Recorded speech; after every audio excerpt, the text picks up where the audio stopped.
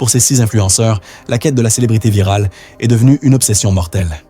Des cascades extrêmes aux défis dangereux, ils ont repoussé les limites du divertissement. Voici les histoires d'influenceurs dont les dernières vidéos ont capturé plus qu'ils ne l'avaient jamais prévu.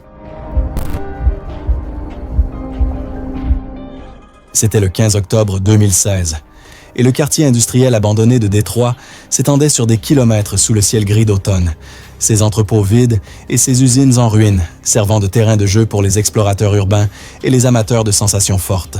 L'effondrement économique avait laissé des pâtés de maisons entiers désertés, créant un paysage post-apocalyptique qui attirait photographes, artistes et créateurs de contenu en quête de décors dramatiques pour leur travail.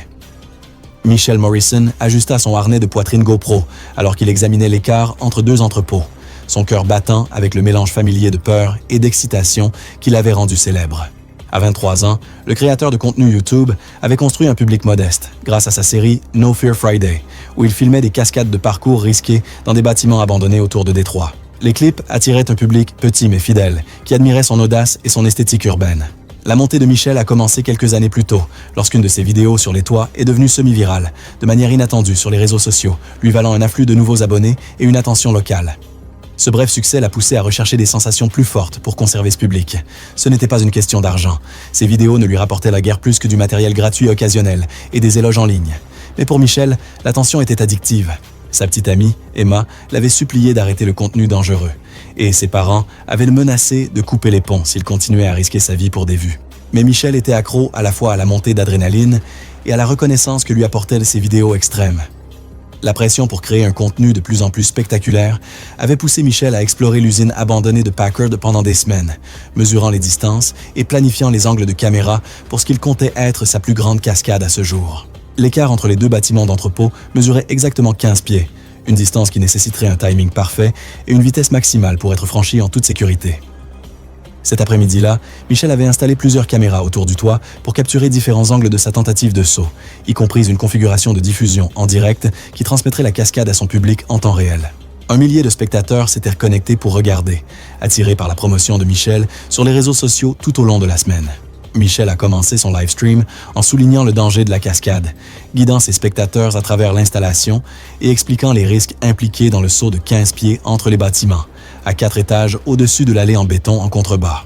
Il avait délibérément choisi de ne pas utiliser d'équipement de sécurité, sachant que son public attendait le danger authentique qui l'avait rendu célèbre. Alors que Michel reculait pour commencer son approche en courant, il prit plusieurs respirations profondes et se prépara mentalement pour le saut, tandis que son public regardait et commentait en temps réel. Le live stream capturait chaque instant, alors qu'il sprintait vers le bord du bâtiment, ses bras en mouvement et son visage empreint de détermination. Cependant, alors qu'il approchait du point de décollage, le pied droit de Michel glissa sur du gravier lâche qui s'était accumulé près du bord du toit. Le glissement a perturbé le timing de Michel et a réduit sa vitesse juste assez pour rendre le saut impossible. Son élan l'a emporté au-delà du bord du bâtiment, mais il a manqué le toit opposé de plusieurs pieds. Le live stream a capturé son cri terrifié lorsqu'il a réalisé qu'il n'allait pas y arriver, ses bras moulinant désespérément alors qu'il tombait de 4 étages dans l'étroite ruelle entre les bâtiments.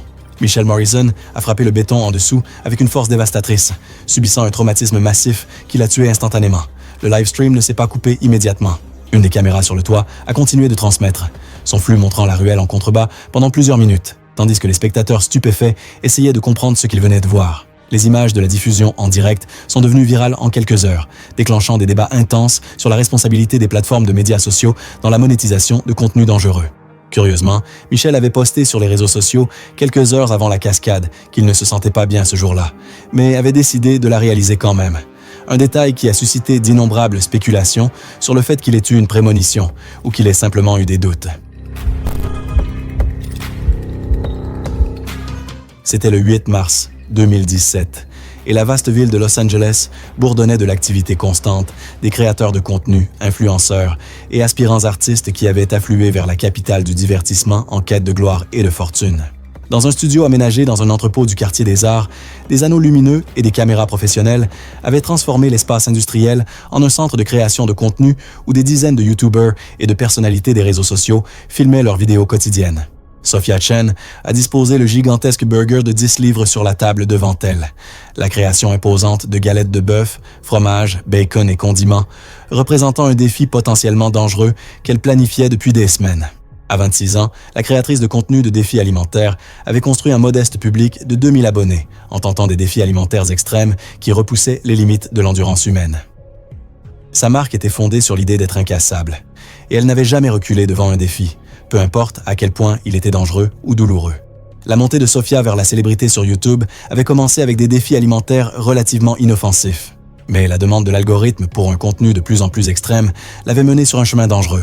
Chaque vidéo devait être plus choquante que la précédente pour maintenir l'attention de son audience. Bien que sa chaîne ne lui apporte guère plus que des repas gratuits occasionnels de la part de restaurants cherchant à se faire connaître, Sofia était déterminée à percer au niveau supérieur de la célébrité sur Internet.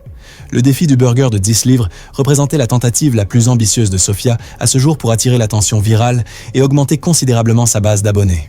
Elle avait promu le défi pendant des semaines sur les réseaux sociaux, suscitant l'anticipation parmi ses abonnés. Son médecin l'avait averti des risques graves pour la santé liés à la consommation de quantités aussi extrêmes de nourriture en peu de temps. Mais Sofia avait rejeté ses préoccupations comme étant trop prudente. Sofia a commencé à filmer son défi en expliquant les règles à son public et en montrant le burger massif qu'elle tenterait de consommer en 30 minutes.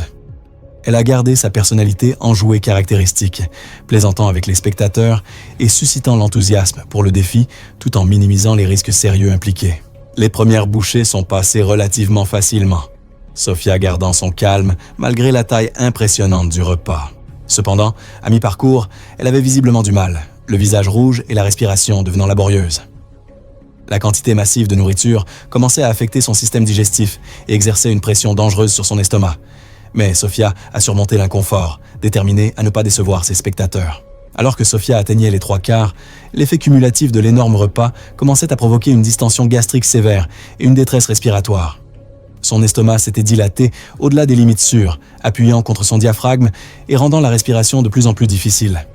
Au dernier quart, elle était en détresse médicale évidente, mais elle refusait d'abandonner le défi, poussée par son engagement à ne jamais reculer. Sofia avait décidé de diffuser le défi en direct, interagissant avec les spectateurs pendant qu'elle mangeait. Vers le dernier quart, elle s'est effondrée devant la caméra à cause d'une rupture gastrique aiguë après avoir consommé presque tout le burger de 10 livres. La rupture a causé une hémorragie interne et un choc, et elle est morte pendant le live stream, tandis que son petit mais dévoué public regardait impuissant, incapable d'appeler à l'aide car il ne connaissait pas sa localisation. Les images ont suscité des discussions internationales sur les dangers des défis alimentaires extrêmes et la pression que subissent les créateurs de contenu sur les réseaux sociaux pour produire des contenus de plus en plus dangereux pour obtenir des vues.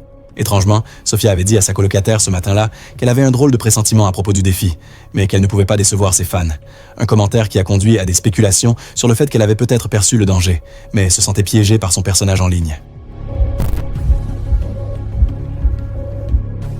C'était le 22 juin 2015, et la chaleur estivale scintillait sur les rues abandonnées de North Philadelphia, où des décennies de déclin économique avaient laissé des quartiers entiers parsemés de bâtiments vides et d'institutions oubliées.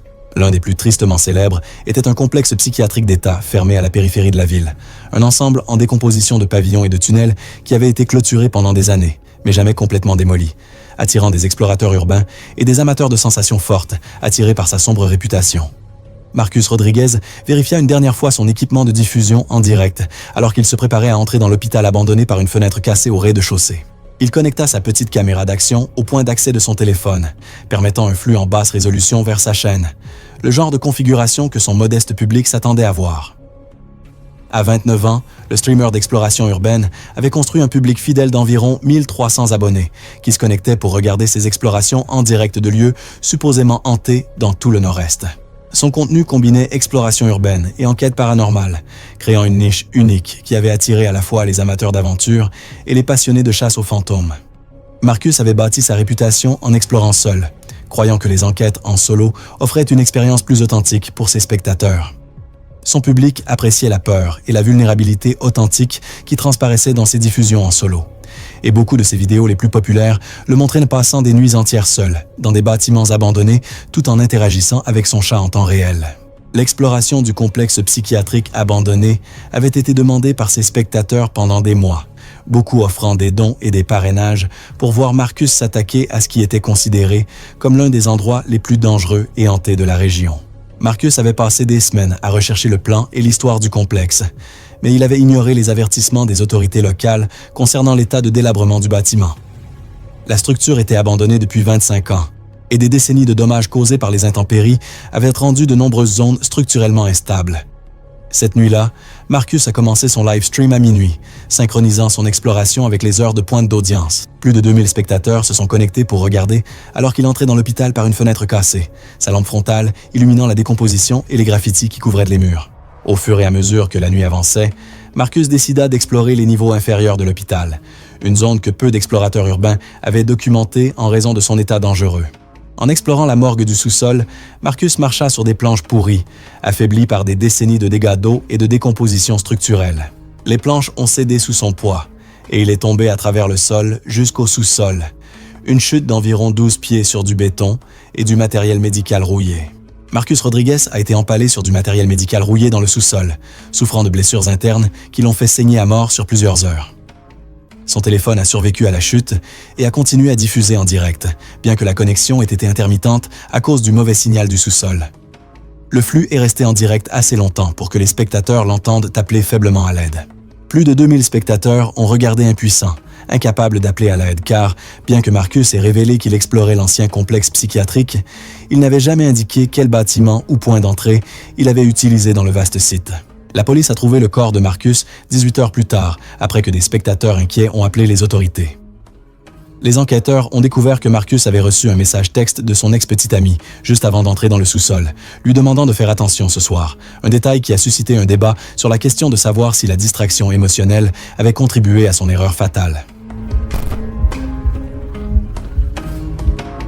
C'était le 3 août 2018, et la chaleur désertique de Phoenix atteignait 115 degrés, alors que les passionnés de fitness à travers la ville cherchaient des salles de sport climatisées et des séances d'entraînement tôt le matin pour échapper aux températures estivales brutales. Dans un garage aménagé à Scottsdale, un éclairage professionnel et des miroirs avaient transformé l'espace résidentiel en une salle de sport haut de gamme où du contenu pour les réseaux sociaux était créé en parallèle d'un entraînement sérieux. Ashley Thompson a disposé ses bouteilles de compléments alimentaires et son équipement d'entraînement tout en vérifiant les angles de la caméra pour son live stream prévu, se préparant pour ce qu'elle avait annoncé comme son défi fitness le plus intense à ce jour. À 24 ans, l'influenceuse fitness avait construit un public modeste mais fidèle sur les réseaux sociaux, suffisant pour vendre de petits lots de son propre mélange pré-entraînement et obtenir quelques parrainages avec des marques de fitness locales. La marque d'Ashley était construite autour de la promotion d'une mentalité sans excuses et de la forme physique naturelle, bien qu'elle ait secrètement utilisé des substances améliorant la performance depuis plus d'1 an pour maintenir son avantage compétitif. La pression pour maintenir sa silhouette tout en créant un contenu de plus en plus extrême l'avait poussé à expérimenter des combinaisons dangereuses de stimulants et de compléments dont beaucoup n'étaient pas testés et potentiellement mortels. Son prochain Ultimate Endurance Challenge avait été promu pendant des semaines comme une séance d'entraînement marathon de 4 heures conçue pour présenter sa nouvelle formule de supplément pré-entraînement. Ashley avait expérimenté son propre mélange de pré-entraînement, combinant des stimulants en vente libre et des poudres de caféine concentrées, sans se rendre compte de la dangerosité de leur interaction.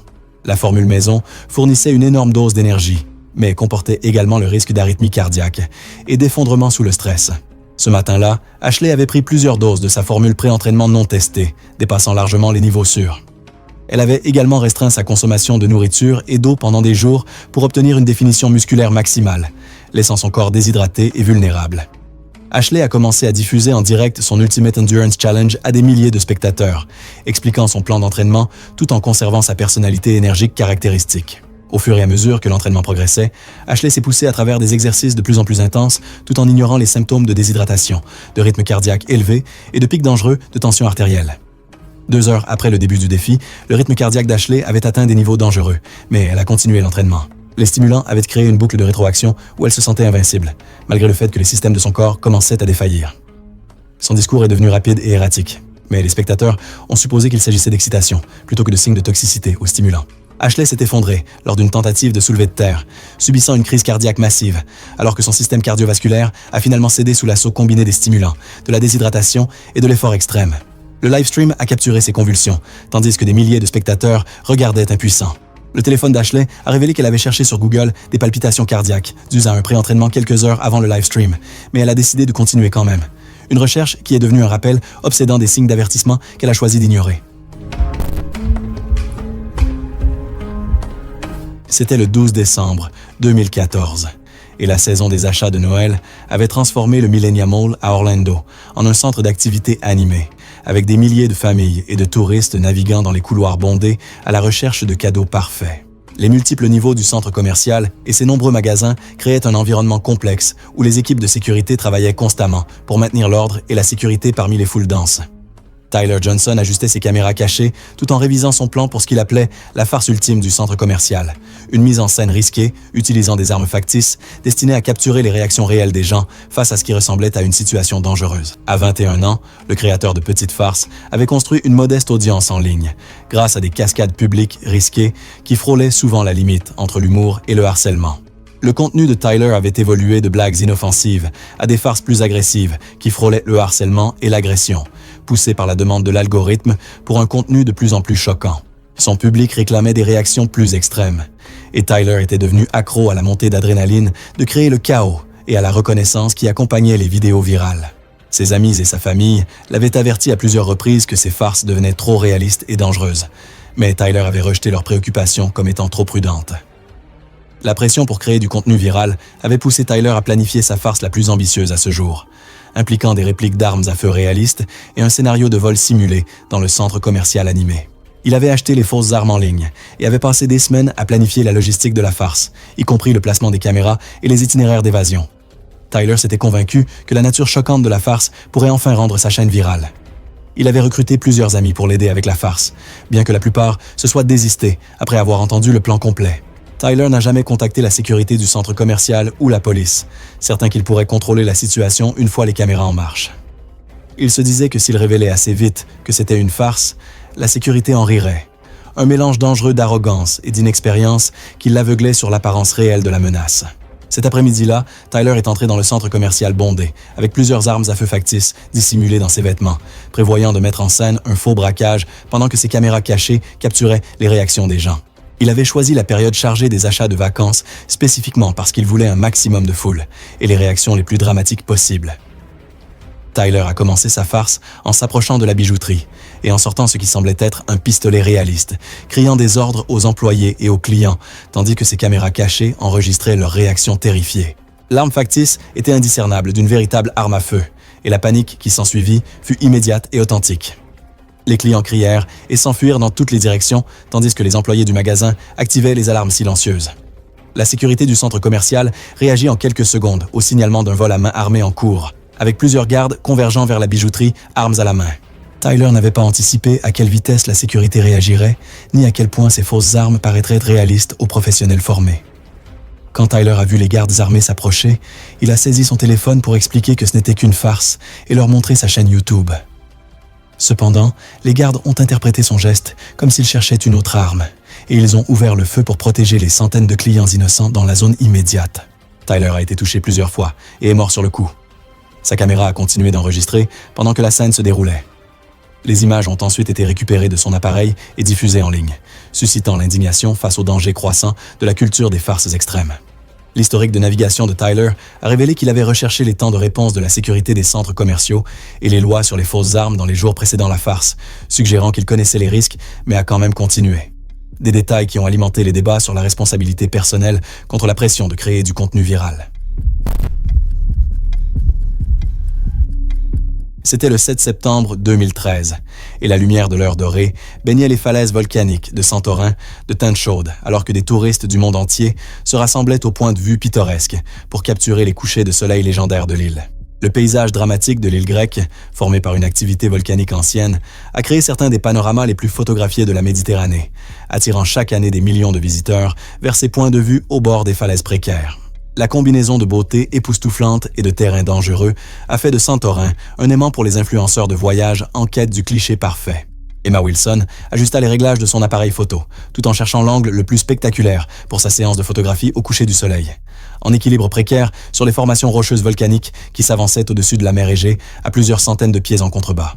À 27 ans, la blogueuse de voyage avait construit une présence en ligne réussie avec des milliers de followers, qui consommait avidement ses photographies, a coupé le souffle et son contenu de voyage aventureux depuis des lieux exotiques du monde entier. Son approche audacieuse de la photographie de voyage était devenue sa signature, se positionnant souvent dans des endroits dangereux pour des clichés que d'autres influenceurs n'oseraient pas tenter.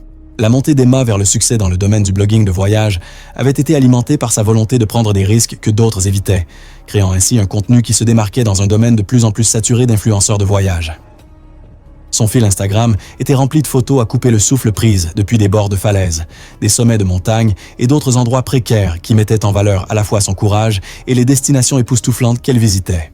La présence en ligne modeste mais croissante d'Emma lui avait valu de petites collaborations de voyage et des séjours sponsorisés qui lui permettaient de continuer à explorer de nouvelles destinations.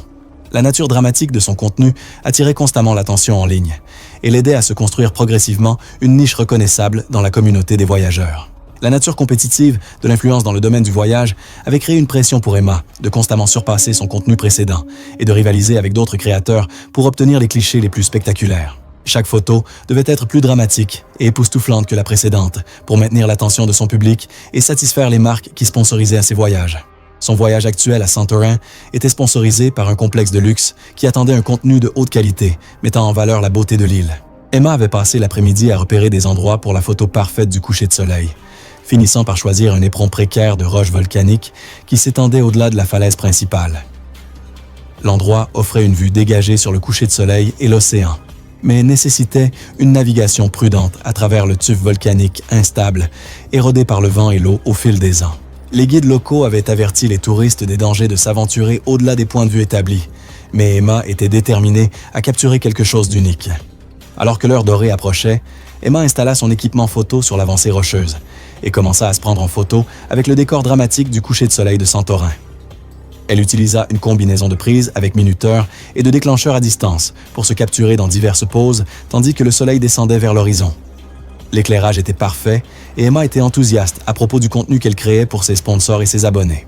Emma se positionnait de plus en plus près du bord de la falaise, essayant d'obtenir la photo parfaite qui mettrait en valeur à la fois sa personnalité intrépide et la beauté naturelle époustouflante du lieu. Chaque photo nécessitait qu'elle s'avance davantage sur la roche volcanique instable, mais Emma était concentrée sur la vision artistique et l'impact viral potentiel des images qu'elle créait. En ajustant sa position pour ce qu'elle espérait être le cliché parfait, Emma a marché sur une section de roche volcanique, affaiblie par le temps récent et l'érosion. La roche s'effondra sous ses pieds sans avertissement, et elle perdit l'équilibre alors que le sol disparaissait littéralement sous elle. Sa caméra continua d'enregistrer en mode vidéo, capturant son cri terrifié alors qu'elle tombait de plusieurs centaines de pieds sur les rochers déchiquetés en contrebas. Emma Wilson est morte sur le coup de l'impact. Son corps a été retrouvé des heures plus tard par des équipes de secours alertées par d'autres touristes qui avaient été témoins de la chute. Son équipement de caméra a été récupéré intact et les images sont devenues des preuves dans les discussions sur la sécurité des influenceurs et la pression de créer un contenu de plus en plus dangereux pour les réseaux sociaux. La dernière story Instagram d'Emma, publiée quelques minutes avant l'accident, la montrait exprimant qu'elle vivait sa meilleure vie et prenait des risques pour la photo parfaite. Des mots qui sont devenus une épitaphe obsédante pour les dangers de la célébrité sur les réseaux sociaux. Merci d'avoir regardé ces histoires tragiques d'influenceurs dont la célébrité est devenue mortelle. Cliquez sur la vidéo suivante pour découvrir d'autres histoires choquantes.